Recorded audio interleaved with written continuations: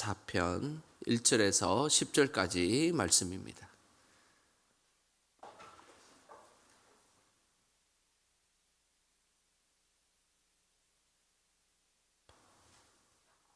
시편 34편 1절에서 10절까지 말씀, 우리 한 목소리로 말씀 읽겠습니다. 내가 여호와를 항상 송축하며 내 입술로 항상 주를 찬양하리이다. 내 영혼이 여호와를 자랑하리니 공고한 자들이 이를 듣고 기뻐하리로다. 나와 함께 여호와를 광대하시다 하며 함께 그의 이름을 높이세. 내가 여호와께 간구하매 내게 응답하시고 내 모든 두려움에서 나를 건지셨도다. 그들이 주를 앙망하고 광채를 내었으니 그들의 얼굴은 부끄럽지 아니하리로다. 이 공고한 자가 부르짖음에 여호와께서 들으시고 그의 모든 환난에서 구원하셨도다. 여호와의 천사가 주를 경외하는 자를 둘러진치고 그들을 건지시는도다. 너희는 여호와의 선하심을 맛보아 알지어다. 그에게 피하는 자는 복이 있도다. 너희 성도들아 여호와를 경외하라. 그를 경외하는 자에게는 부족함이 없도다. 젊은 사자는 궁핍하여 줄일지라도 여호와를 찾는 자는 모든 좋은 것에 부족함이 없으리로다. 아멘. 오늘 부흥의 둘째 날 새벽, 그래도 하늘 길은 열려 있습니다 라는 또 귀한 말씀 우리 목사님 전해 주시겠습니다. 우리 박수로 환영하겠습니다.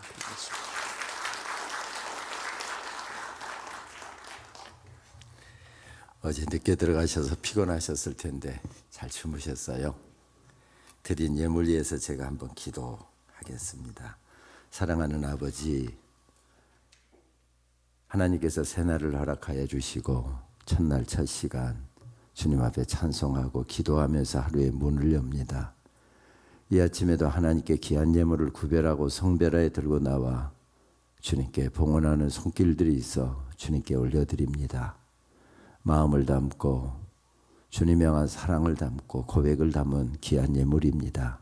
주님 기뻐 받으시고 이 예물이 아버지의 영광 되게 하여 주옵시며 감사할 것이 더 많고 늘 하나님의 은혜로 살아가는 그 고백이 새로워질 수 있도록 귀한 예물 드린 손길에 하나님께서 은혜의 은혜를 베풀어 주시옵소서. 말씀 앞으로 나아갑니다. 하나님 말씀 들을 때 우리의 영이 열리게 하여 주시고 우리가 기도할 때 하늘문이 활짝 열려지는 놀라운 축복 허락하여 주옵소서. 예수님의 이름으로 축복하며 기도하옵나이다. 아멘. 기난 기도 제목이 있을 때 기도를 부탁할 수 있는 친구가 있다는 것, 이것은 참 행복한 일인 것 같습니다.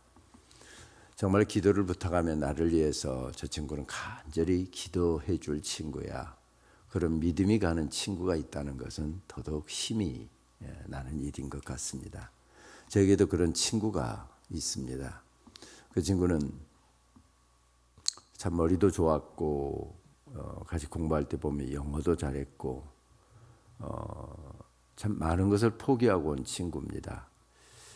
워낙 똑똑한 아이여서 시골에 사는 부모가 쌀자루 등에다 지우고 해서 도시로 유학 보내갖고 소위 이야기하는 지방의 명문 고등학교를 그 당시 졸업을 하고 서울의 어느 학교든지 간에 넣으면 합격을 할 수 있는 그런 점수대의 사람이었는데 신앙생활을 하다가 소명을 받고 그 일반 대학 가는 걸 포기하고 신학대학으로 진학하려고 했을 때 아버지가 아예 정말 그 친구도 호적을 파버렸던 친구였습니다. 그래서 4년 동안 정말 고아가듯이 그렇게 하면서 대학을 마친 친구인데 미국에서 공부 마치고 돌아와서 임지를 위해서 기도하던 중에 충남에 있는 어느 시골 교회에 설교 부탁을 받았습니다. 그리고 설교하러 갔는데 가보니까 교회가 건축하다가 부도가 나갔고 업자가 돈 가지고 도망가 버려서 더 이상 공사가 진행될 수 없어서 거푸집이 씌워진 상태에서 그렇게 있는 교회였답니다. 한 주 설교하고 났더니 다음 주도 좀 설교해 주세요. 그 다음 주 설교하고 났더니 한 주만 더 해주세요. 그리고 또 갔더니 우리가 목사님 밥은 안 굶길 테니까 사례비는 못 드리지만 우리 목회 좀 해주세요 하고 부탁이 왔답니다. 기도하던 중에 그것이 하나님의 인도하심이고 부르심이구나 하는 생각이 들어서 사례비도 못 준다는 교회에 눌러 앉아서 사역을 시작했습니다. 아이도 있고 생활은 해야 되잖아요. 그래서 밤늦게까지 책상에 앉아서 낮에는 사역하고 밤에는 영어책 번역을 해서 번역비 받아서 생활을 몇 년 동안 충당을 해야 했던 이런 상황이었습니다. 그런데 문제는 그렇게 무리하면서 사역을 하고 밤늦게까지 앉아서 영어책 번역하다 보니까 허리병이 도졌습니다. 다니던 병원의 의사가 인공 디스크 삽입 수술을 권유했지만은 부작용에 대한 이야기를 익히 들었던 터라 쉽게 하지 못하고 오래 망설이고 있었는데 어느 날 의사가 희소식이 있다면서 독일에서 인공 디스크가 발견됐는데 이것은 거의 부작용이 제로다. 그 말에 속아서 수술을 받았는데 문제는 부작용 때문에 진통제가 아니면 삶을 살아갈 수가 없는 지경이 되고 만 것입니다.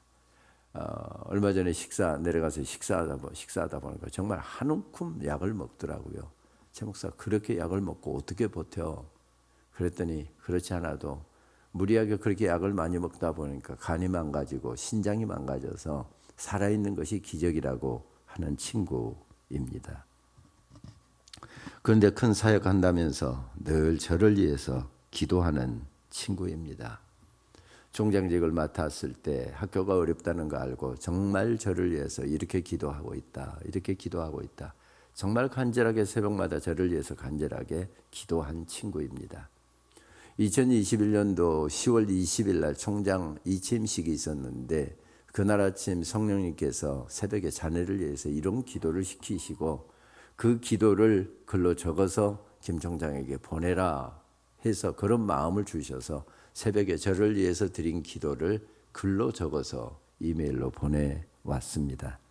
조금 낯간지러운 부분도 있기는 하지만 하나님께 올려드린 기도문이기 때문에 제가 그 기도문을 한번 읽도록 하겠습니다. 자비로우신 주님, 김은영 총장이 역대 총장 가운데서 가장 학생들을 사랑하고 신학생들의 영적 회복을 위해서 가장 힘쓴 총장으로 기억되게 하옵소서. 그래서 그의 재임 기간이 역사상 가장 은혜로웠으며 모든 예배와 강의와 모임마다 강력한 성령의 기름 부으심이 나타나므로 모든 학생과 교수가 살아계신 주님을 만나고 주님의 음성을 들으므로 그들의 인생과 사역이 거듭나게 하옵소서. 그래야 진실로 하나님께서 영광 받으시는 시간, 당신의 역사 가운데서 가장 놀랍고 행복한 시간들이었다고 모든 이들로 고백하게 하옵소서.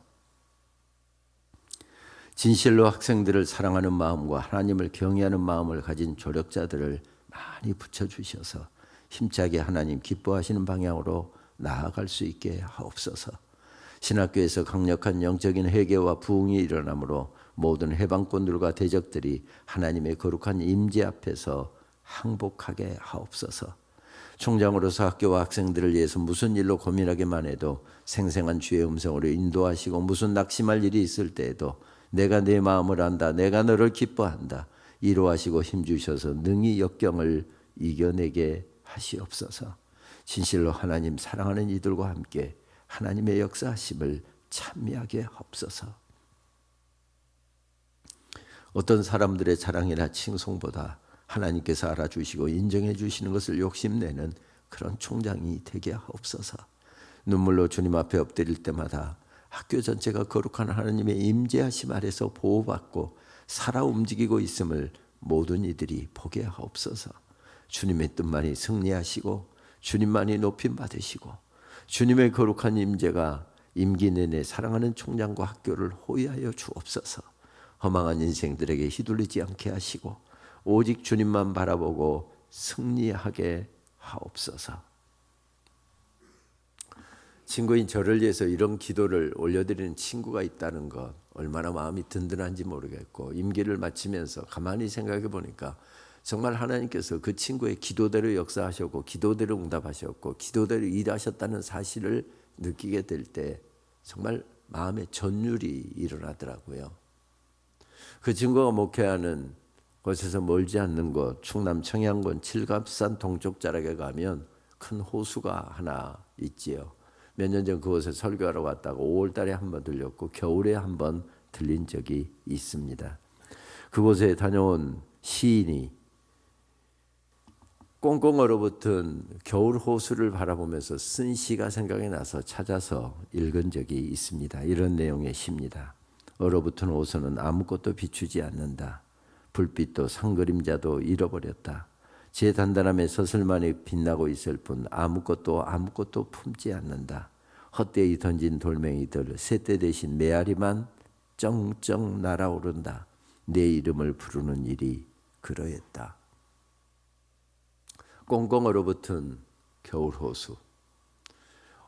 그 친구의 삶을 생각하고 늘 일주일에도 한두 번씩 전화 통화하면서 안부 묻고 건강을 서로 염려하면서 전화하다 보면 그 친구의 삶은 꼭 얼음 호수와 같다 하는 생각을 갖습니다. 꽁꽁 자기 삶은 얼어붙고 있습니다.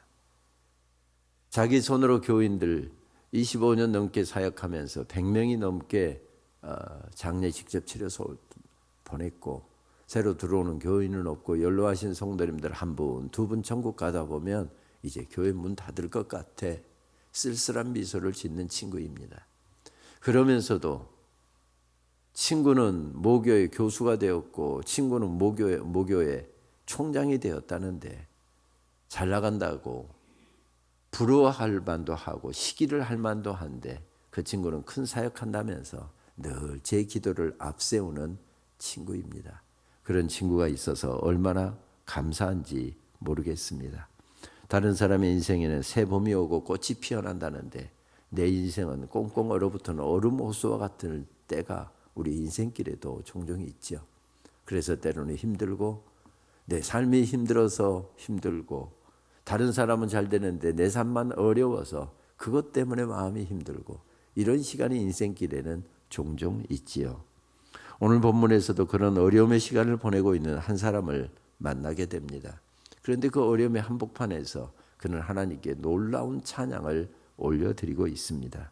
찬송시로 분류되는 오늘 시편 34편 말씀에는 가만히 말씀 속으로 한 걸음 들어가 보면 온통 찬양으로 가득하고 감사로 가득하고 기도로 가득하고 있는 것을 만나게 됩니다. 그러나 한 발자국만 더 깊이 들어가면 그곳에 꽁꽁 얼어붙어 있는 얼음 호수를 만나게 됩니다. 죽일 듯이 달려드는 대적들이 가득한 전쟁터를 만나게 됩니다. 그런 자리에 서 있지만 말씀에는 찬양으로 가득합니다. 오늘 1절 이하의 말씀을 보게 되면 현대인의 성경으로 제가 다시 한번 읽습니다. 찬양으로 가득합니다. 내가 항상 여호와께 감사하며 그를 찬양하는 일을 계속하리라. 내 영혼이 여호와를 자랑하리니 고통당하는 자들이 듣고 기뻐하리라. 다 같이 여호와의 위대하심을 선포하고 그의 이름을 높이자. 도대체 무슨 은혜를 받았기에 그는 항상 계속해서 하나님을 찬양하겠다고 이렇게 고백하고 있는 것일까요? 얼마나 놀라운 사랑을 받았고 얼마나 놀라운 축복을 받았으면 항상 하나님을 자랑하겠다고 그는 고백하고 있습니다. 내 인생길에 베풀어 주신 수만 가지 은혜들이 떠올라서 하나님의 위대하심을 내 남은 생애 동안에 계속해서 선포하겠다고 이렇게 고백하고 있습니다. 참 아름다운 고백이지요. 참 아름답습니다. 도대체 무슨 은혜를 받았기에 이 양반은 이렇게 놀라운 찬양과 놀라운 고백과 놀라운 기도와 놀라운 감사를 올려드리고 있는 것일까요? 그런데 시편 34편에 붙어있는 히브리어 표절을 읽다 보면 정신이 버뜩 듭니다. 다윗이 아비멜렉 앞에서 미친 채 하다가 쫓겨나서 지은 시. 이 말이 도대체 무슨 말일까요? 성경에 보면 시편 34편의 말씀에 보게 되면 찬송으로 감사로 가득 차 있는데 정말 하나님께서 얼마나 놀라운 은혜를 베풀어 주셨는지 그의 인생은 꽃피는 봄날과 같이 되어 있는데 미친 채 하다가 쫓겨나서 지은 시랍니다. 도대체 그는 왜 미친 채 해야 했으며 도대체 그러기에는 무슨 어려움이 있었기에 그러다가 쫓겨나서 지은 시랍니까? 이 말씀은 사무엘상 21장을 배경으로 한 말씀입니다. 다윗이 가장 잘 나가고 있을 때 당했던 고난을 배경으로 하고 있지요. 아시는 것처럼 다윗은 젊은 날에 승승장구했던 사람이었습니다. 약간의 나이에 군대 장관이 되었고요. 군대 장관은 지금으로 치면 국방부 장관이나 합참의장이나 참모총장급에 해당되는 이런 인물이죠. 아무나 참모총장 될 수 있습니까? 아무나 합참의장 될 수 있습니까? 혁혁한 공을 세웠고 정말 탁월한 리더십을 갖춘 사람, 그것도 육사 졸업생들 가운데서 한 명 정도 그런 사람이 나올까 말까, 몇 개에 한 명 나올까 말까 한 정도로 그렇게 큰 인물들만 합참의장이 되고 참모총장이 됩니다. 용산에 가면 국군중앙교회가 있죠. 무슨 40주년인가 행사에 와서 설교해달라고 그래서 갔다가 이렇게 잠깐 차를 마시는데 제 옆자리에 앉아 계시는 장로님이 합참의장이라고 그러더라고요. 포스타 별 4개짜리였습니다. 제가 물었습니다. 우리 남자들은 몇 학번입니까? 하고 뭐 몇 기입니까? 하면은 대충 나이가 알게 되고 어느 어디 공부했는지 알게 되지요. 그 장로님에게 물었습니다. 장로님 육사 몇 기이십니까? 그랬더니 44기라고 그러더라고요. 아, 나보다 7년 후배구나. 딱 계산이 나오잖아요. 장로님은 도대체 무슨 공을 세웠기에 합참의장까지 되셨습니까? 했더니 중대장 때 전방에서 중대장 근무할 때 간첩이 출몰을 해갖고 대간첩 작전이 벌어지고 있었답니다. 중대원들 다 데리고서 어느 지역에 상부의 명령을 따라서 매복 작전을 하고 있었는데 하필이면 중대장 앞으로 공비 4명이 한밤중에 지나가더랍니다. 그래서 그냥 연발로 드르륵 갈겼는데 무장 공비를 4명을 잡았답니다. 그것도 중대장이 직접. 이런 사람이나 또 그렇다고 해서 무장 공비 4명 잡았다고 해서 다 합참의장 됩니까? 그 이로도 혁혁한 공을 세웠으니까 이런 자리에까지 오를 것입니다. 다윗도 그냥 군대 장관 된 것 아닙니다. 수많은 전쟁터에서 목숨을 걸고 싸웠습니다. 우리가 잘 아는 것처럼 사무엘상 17장 말씀부터 보게 되면 골리앗과의 전투로부터 시작해서 하나님의 은혜로 정말 나가는 전쟁마다 혁혁한 공을 세웠습니다. 나중에는 보니까 하나님께서 함께 계시는데 이 젊은이가 나가면 어려운 전쟁인데 반드시 이기고 돌아옵니다. 그래서 아예 단골로 어려운 전쟁마다 단골로 나갔답니다. 근데 하나님께서 도와주셔서 그 어려운 전투에서도 승리하고 큰 공을 세우고 돌아옵니다. 그래서 이제 어려운 전쟁마다 다 단골로 나가게 되는데 그렇게 해서 왕의 사위까지 되었고요. 젊은 날에 약간의 나이에 군대 장관, 합참의장이나 참모총장급에 해당되는 이런 직위에까지 올랐답니다. 그런데 이렇게 잘 나가게 되면 문제도 생겨지기 마련이지요. 그를 질투하고 죽이려고 달려드는 사람이 있었답니다. 그보다 높은 사람이 왕 한 사람밖에 없는데 누가 자기를 질투하고 죽이러 달려들까요? 개인적으로는 자기 장인어른이고 개인적으로는 목숨 걸고 지금까지 섬겨온 자기의 주군인 사울왕이 그를 죽이려고 달려들었답니다. 큰 공을 세우고 전쟁에서 막 가까스로 살아서 돌아왔는데 그를 향해서 활을 쏘아대더랍니다. 창을 던져대더랍니다. 그러면서 낄낄대면서 웃는데 내가 너를 벽에다 못 박아버릴 거야. 왕이 자기를 질투하면서 죽이려고 달려듭니다. 그래서 젊은 날에 이루었던 성공도 차지했던 자리도 모든 것들 다 내려놓고 왕궁에 있다가는 내 명대로 못 살겠구나. 그래서 스스로 도망자가 되어서 왕궁을 나왔답니다. 그것으로 끝이었습니까? 아니었습니다. 그를 죽이려고 수백의 군대를 풀어서 하루도 빼지 않고 추격해 옵니다. 그것이 하루 이틀이었습니까? 성경이 정확하게 밝히고 있지 않지만 추정을 해보면 그 20년 넘는 세월 동안 이렇게 고난의 시간을 보냅니다. 이때 하나님 앞에 탄식하면서 기도하지요. 하나님, 내가 도대체 무엇을 잘못했기에 이런 고난을 당하게 하십니까? 이게 시편 22편 말씀이고 이런 시들을 분류해서 탄식시라고 이야기합니다. 오늘 말씀은 탄식시가 아니고요. 이런 어려운 상황 가운데서 하나님 앞에 찬양하고 감사를 올려드리는 찬양시로 분류되는 시편 말씀입니다.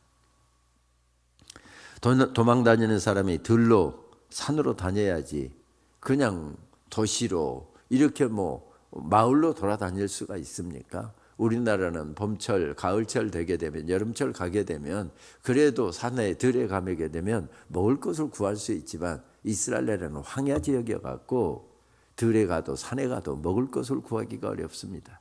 들로 산으로 도망 다니다 보니까 사흘 동안 아무것도 못 먹었습니다. 쓰러질 것 같습니다. 그래서 성전에 찾아가면 그래도 먹을 게 좀 얻을 수 있을까 싶어서 성전에 찾아왔답니다. 지금으로 치면 교회에 찾아왔겠지요. 목사님 뵙고 나서 목사님 제가 사흘 동안 아무것도 먹지를 못했습니다. 좀 먹을 것 좀 구할 수 있을까요? 그렇게 구하려고 교회를 찾아왔는데 딱 목사님 얼굴을 보니까 목사님 얼굴에 두려움이 가득합니다. 아, 이것도 안전한 것이 아니구나. 우리가 아는 것처럼 이 사건 때문에 나중에 제사장들 수많은 사람들이 다윗 때문에 죽임을 당하잖아요. 사울왕에게. 그래서 바로 피해를 주기 싫어서 바로 돌아서서 나오려고 하는데 배가 너무 고픕니다. 그래서 목사님 제가 사흘 동안 아무것도 못 먹었습니다. 좀 무슨 빵이나 먹을 것 있으면 조금만 얻을 수 있을까요? 오늘 마치 성전에 진설했던 진설병을 물리는 날인데 당신이 원하시면 딱딱하게 굳어진 빵이지만 강단에서 물린 빵은 드릴 수 있습니다. 제사장들만 먹는 빵인데 그 빵 한 조각 얻어서 들고 나오면서 불렀던 찬양이 이 찬양이랍니다. 아비멜렉 앞에서 미친 채 하다가 이 시를 지었다는데 왜 도대체 그런 미친 채를 했을까요? 우리나라에서는 이제 피할 것이 더 이상 없습니다. 잡히면 죽임을 당하는 것입니다. 그래서 잠시 이웃나라로 숨어서 그곳에서 좀 어려움을 피하고 와야 되겠다 하고 가드라는 나라로 잠입에 들어갔는데 그 나라 사람들이 다윗을 알아봐 버립니다. 왜냐하면 자기 나라에 유명한 장수였던 골리앗을 쓰러뜨린 이스라엘의 젊은 장수 다윗 한눈에 그를 알아봅니다. 그는 바로 끌려서 왕 앞에 가게 됩니다. 그래서 수염에다가 침을 질질 흐르고 침을 묻히고 미친 채 하고 벽에다 등을 긋고 이렇게 미친 채 하다가 왕이 그런 모습을 보고서 야 마시 갖다 풀어줘라 미친놈이다 이렇게 해서 미친 채 하다가 풀려나서 지은 시가 오늘 말씀이랍니다. 도대체 그는 무슨 은혜를 받았기에 이렇게 하나님 앞에 감사를 올려드리고 있는 것일까요? 오늘 말씀 배경이 되어 있는 사무엘상 21장 말씀을 보게 되면 이렇게 말씀합니다. 가드 왕 아기스를 심히 두려워하여 그들 앞에서 그의 행동을 변하여 미친 채 하고 대문짝에 극적거리며 침을 수염에 흘리매. 참 기가 막힌 상황 아닙니까? 침을 흘리고 대문짝에다가 등을 긁고 이렇게 미친 채 해하고서야 결국 목숨을 보존할 수 있는 상황이었답니다. 그렇습니다. 세상 길은 다 닫혔습니다. 걸어가고 싶은 길도 다 닫혔습니다. 그런 시간에 찬양이 나왔을까요? 그런 시간에 감사가 나왔을까요? 그런 시간에 예배가 나왔을까요? 안 나왔을 것입니다. 그런데 그는 찬양하고 있습니다. 자존심도 내려놓고 힘든 것도 내려놓고 그리하지 않으면 목숨도 보존하기 어려운 상황, 그렇게 미친 척 하다가 겨우 목숨 보존호가 나와서 이렇게 그는 하나님 앞에 감사하고 있습니다. 내가 항상 여호와께 감사하며 그를 찬양하는 일을 계속하리라. 내 영혼이 여호와를 자랑하리니 고통당하는 자들이 듣고 기뻐하리라. 다 같이 여호와의 위대하심을 선포하고 그의 이름을 높이세. 그의 앞에 난 길, 세상 길은 다 닫혔습니다. 그런데 아직 하늘길은 열려 있습니다. 내가 걷고 싶은 길은 다 닫혔습니다. 그러나 하나님께서 내 앞에 허락해 주실 길만은 아직 남아 있습니다. 그래서 그는 이 어려움의 순간에 세상 길이 다 막힌 자리에서 하늘길을 걸어가고 있는 모습을 이렇게 표현하고 있습니다. 그리고 고난당한 사람들, 오늘 자기와 같이 어려움의 순간을 보내고 있는 사람들을 초청까지 합니다. 아직 하늘길은 열려 있습니다. 하나님께 함께 나아가십시다. 하나님 앞에 함께 나가서 기도하십시다. 우리 하나님 바라보십시다. 하늘길은 아직 열려 있습니다. 그런 고백을 지금 하나님께 올려드리고 있습니다. 여러분 혹시 빈센트 반 고흐의 작품 가운데 밀밭 일을 나는 까마귀라고 하는 작품을 보신 적이 있는지요? 지금 화면에 나오고 있는 작품입니다. 플러시안 블루에 가까운 하늘빛과 그리고 출렁이는 밀밭의 노란색, 그리고 그 사이를 낮게 날고 있는 까마귀의 까만색, 이 색이 전혀 조화를 이루지 않은 채 이 색들이 그냥 툭 던져지듯이 배치가 되어 있습니다. 이것은 그 당시에 세상과 불화하고 자기 자신과도 불화했던 빈센트 반 고흐의 내면의 세계를 담은 것으로 평론가들은 평론을 합니다. 그림을 자세히 보게 되면, 그림을 잠깐만 좀 더 띄워주시겠습니까? 세 갈래 길이 나옵니다. 여러분 편에서 보시게 되면 이쪽 편 길, 이쪽 편 길일까요? 이쪽 편 길이네요. 이쪽 편 길을 보게 되면 수직으로 상승하는 분위기입니다. 그리고 막 옆에 풀들이 파랗게 돋아난 것 보니까 이 길을 걸어가면 빠르게 출세할 수 있고, 이 길을 가면 빨리 돈을 벌 수 있고 빨리 기반을 잡을 수 있는 그런 길로 보입니다. 그런데 테두리에서 그 길을 따라 걷고 있는데 얼마 가지 않아서 그 길이 단절되고 있는 구도로 되어 있습니다. 반대편에 있는 길은, 이쪽에 있는 길은 굉장히 넓어 보입니다. 그리고 앞에 길은 수직 상승하는 길이었지만은 이 길은 그렇게 수직 상승을 안 하는데 굉장히 편안한 길일 것 같습니다. 정말 큰 돈은 벌지 못해도 그저 먹고 살 만큼 되고 우리 가정이 편안하고 내 마음이 편안하면 되지, 그렇게 그냥 세상적으로는 대단한 길은 아닐지 모르지만 빠르게 뭔가를 이룰 수 있는 길은 아닌 것 같지만 그 길을 걸어가면 인생이 굉장히 평탄할 것 같습니다. 그래서 그 길을 선택해서 걷고 있는데 그 길도 얼마 가지 않아서 단절되고 있습니다. 마지막 남은 길, 중앙의 길이 있습니다. 다행스럽게 아직 중앙의 길은 열려 있습니다. 그리고 그 길은 하늘까지 다 있는 기법으로 그림이 표현되고 있습니다. 참 다행입니다. 밀밭을 가로지르며 달리는 중앙의 길은 아직 열려 있습니다. 어디까지, 얼만큼 길이 열려 있는지 모르지만 아직 그 길은 열려 있고, 다행히 그 길은 하늘에까지 다 있습니다. 세상 길은 다 닫혀 있습니다. 달리고 싶은 길도 닫혀 있습니다. 그러나 다행인 것은 한 길은 아직 열려 있습니다. 내 힘으로는 이길 수도 없고 뛰어넘을 수도 없는 고난의 시간들이 가득 차 있지만 아직 하늘길은 열려 있습니다.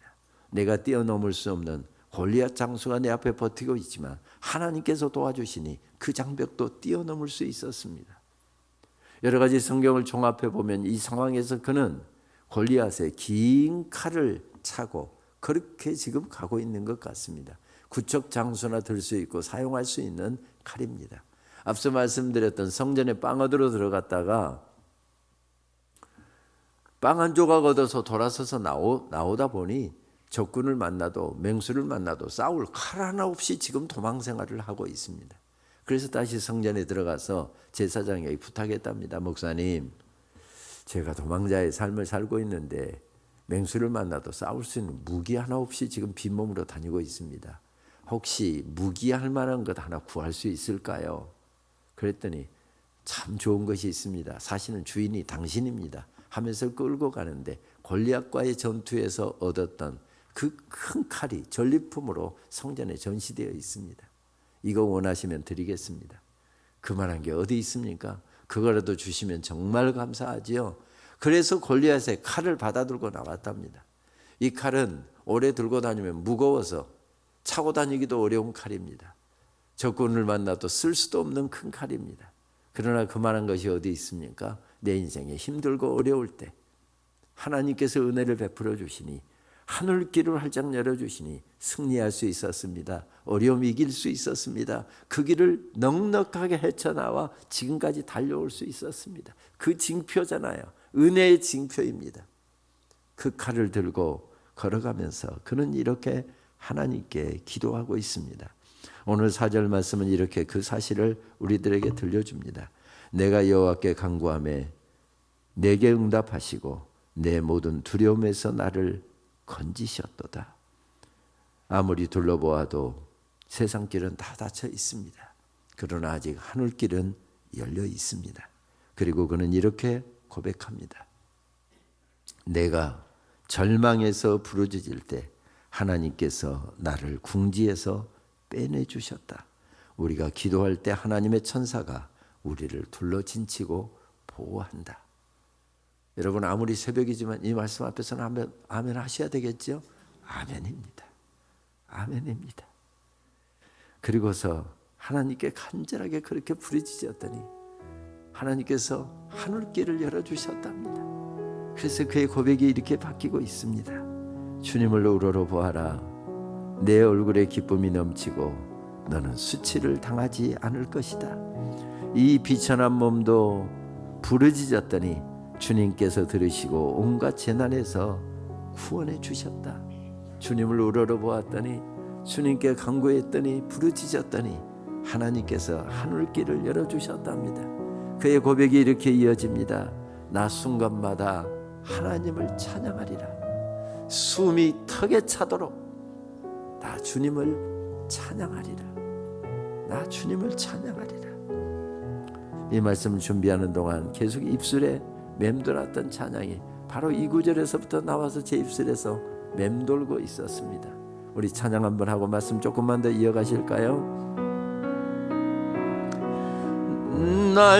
날마다 숨 쉬는 순간마다 내 앞에 어려운 일 보내 주님 앞에 이 몸을 맡길 때 주님 앞에 이 몸을 맡길 때 슬픔 없네 두려움 없네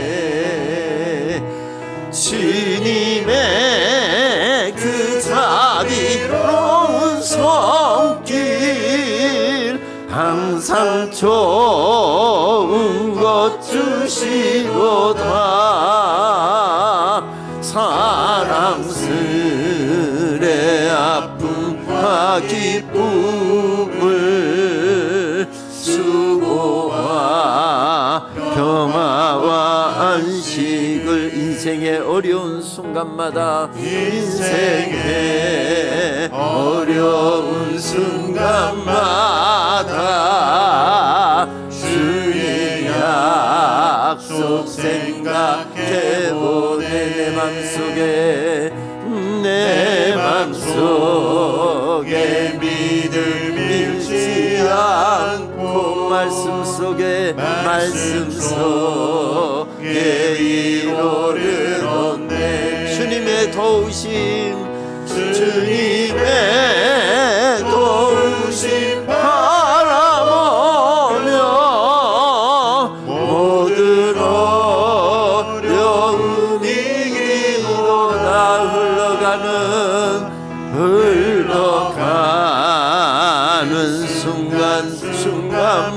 순간마다 주님 약속 새겨봅니다.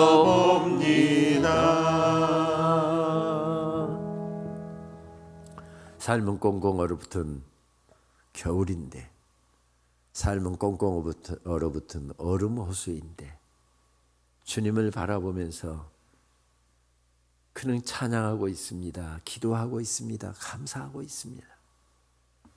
무엇 때문이었을까요? 세상 길은 다 닫혔지만 하늘 길은 그래도 열려 있습니다. 이 고백이 있었기 때문이었습니다. 미친 죄하지 않으면 생명을 부지할 수 없는 그 시련의 시간, 그 전쟁의 시간, 그 쫓김의 시간에 믿음으로 벌떡 일어나서 이렇게 고백합니다. 그래서 오늘 말씀은 이렇게 시작되고요. 오늘 말씀은 이렇게 끝을 맺고 있습니다. 1절 내가 여호와를 항상 송축하며 내 입술로 항상 주를 찬양하리이다. 마지막 절 10절 젊은 사자는 궁핍하여 줄일지라도 여호와를 찾는 자는 모든 좋은 것에 부족함이 없으리로다. 젊은 사자가 왜 굶주려요? 젊은 사자는 굶주리는 법이 없습니다. 먹이를 딱 타겟을 정하면 놓치는 법이 없는 맹수 중에서 가장 강인한 동물이기 때문에 그렇습니다. 사자는 지 배가 부르면요, 앞에 토끼가 어른거리고 사슴이 앞에 다녀도요, 눈길도 주지 않습니다. 근데 배가 고프면 딱 일어납니다. 그리고 사방을 쭉 둘러봅니다. 그리고 먹잇감 타겟이 딱 정해지게 되면 뛰기 시작하면 놓치는 법이 없습니다. 가정법이지요. 그런 사자는 굶주리는 법이, 젊은 사자는 굶주리는 법이 없지만 설령 젊은 사자가 굶주린다 할지라도 하나님을 찾는 자들은 하나님으로 배부를 것이다. 이 말씀입니다. 올 한해 이것이 우리 삶이 되게 하십시다. 이것이 올 한해 우리의 삶의 이야기가 되게 하십시다.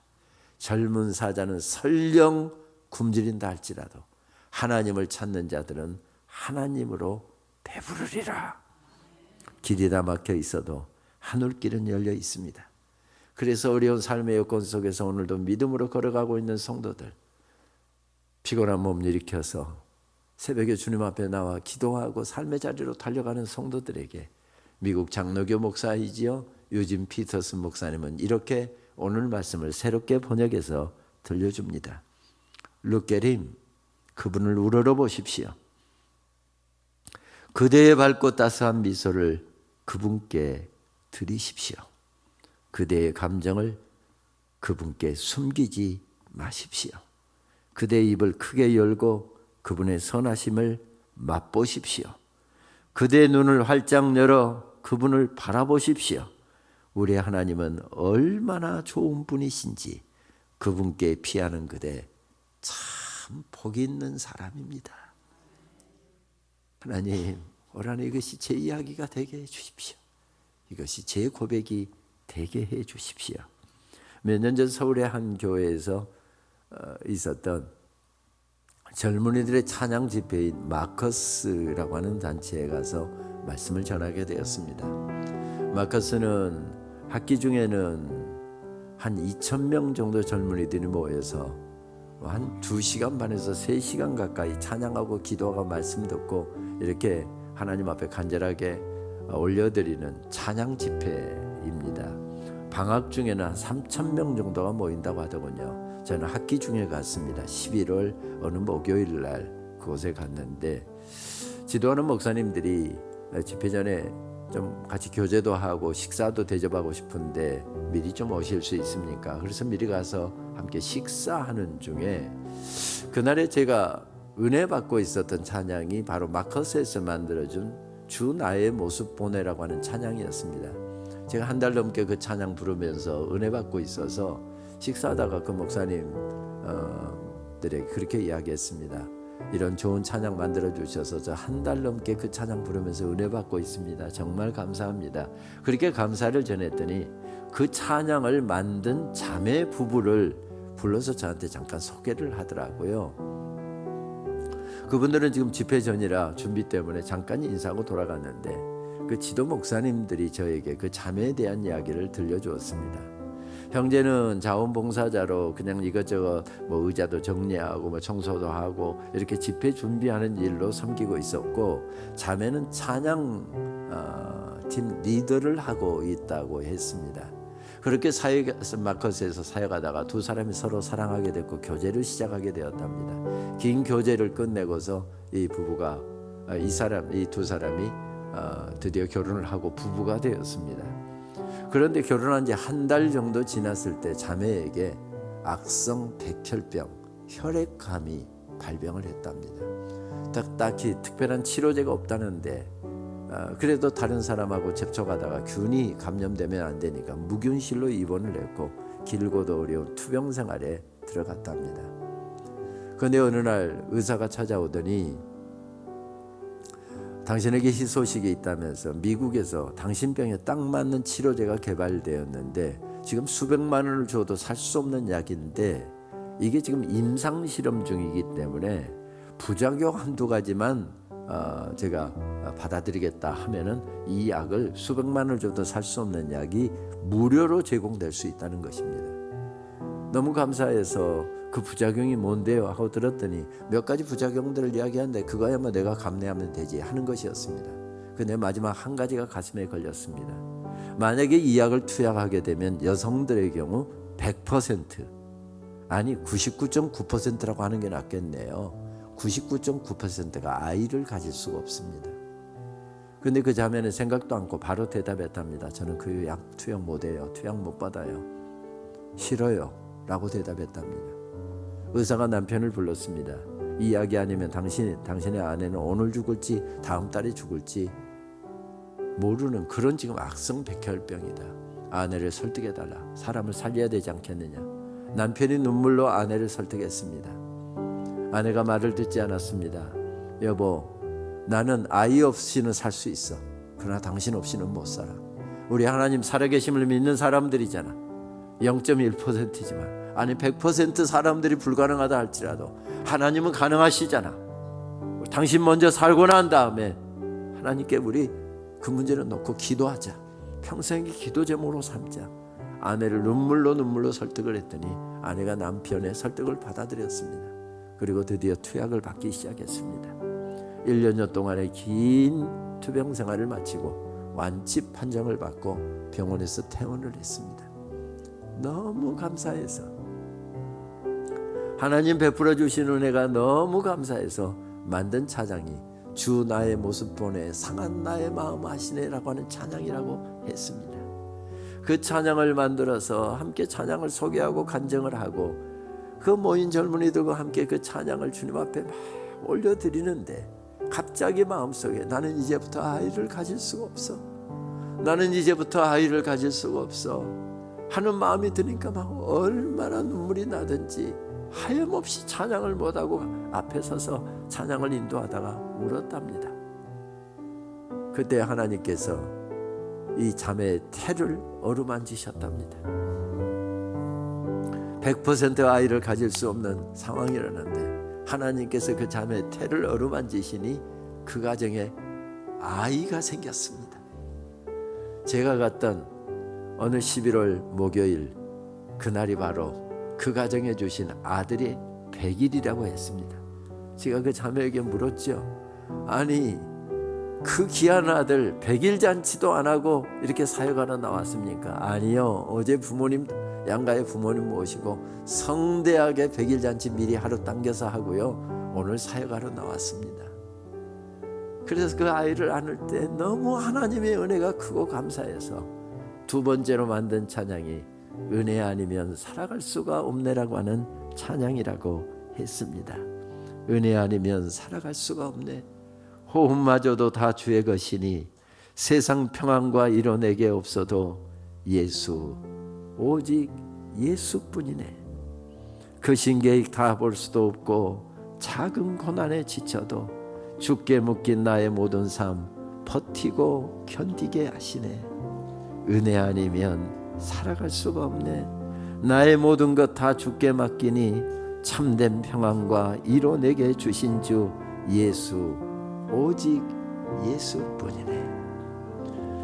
은혜 아니면 살아갈 수가 없네. 호흡마저도 다 주의 것이니 세상 평안과 위로 내겐 없어도 예수, 오직 예수뿐이네.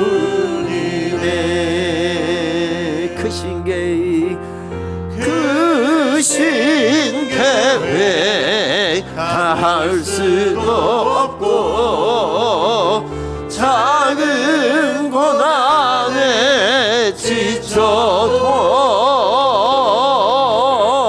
주께 묶인 나의 모든 삶 버티고 견디게 하시네. 은혜 아니면 살아갈 수가 없네. 그렇습니다. 주님, 나의 모든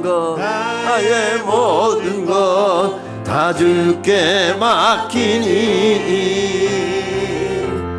참된 평안과 위로 내게 주신 주 오직 예수뿐이네.